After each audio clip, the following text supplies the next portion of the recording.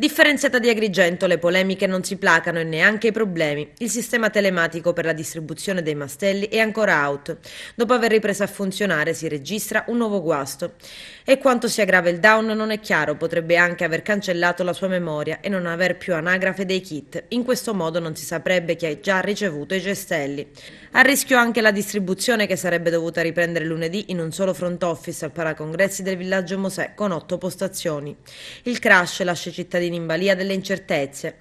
Si è iniziato invece ad utilizzare il campo di calcio di Villaggio Mosè per lo stoccaggio della frazione secca della raccolta differenziata. Una decisione che l'associazione ambientalista Mare Amico, capitanata da Claudio Lombardo, aveva considerato dissennata. Il campo di calcio, lamenta Lombardo, invece di essere ripristinato viene adibito a discarica. Esso ha tutto intorno decine e decine di abitazioni private che hanno pagato gli oneri di urbanizzazione che certamente non meritano un tale trattamento. Ed ancora, l'altra area scelta dall'amministrazione è Fondacazzo, ci sembra altrettanto folle, continua Lombardo, poiché fa parte del Parco dell'Addolorata che rappresenta l'unico polmone verde della città. Siamo preoccupati perché spesso accade che in queste aree piene di rifiuti scoppino incendi.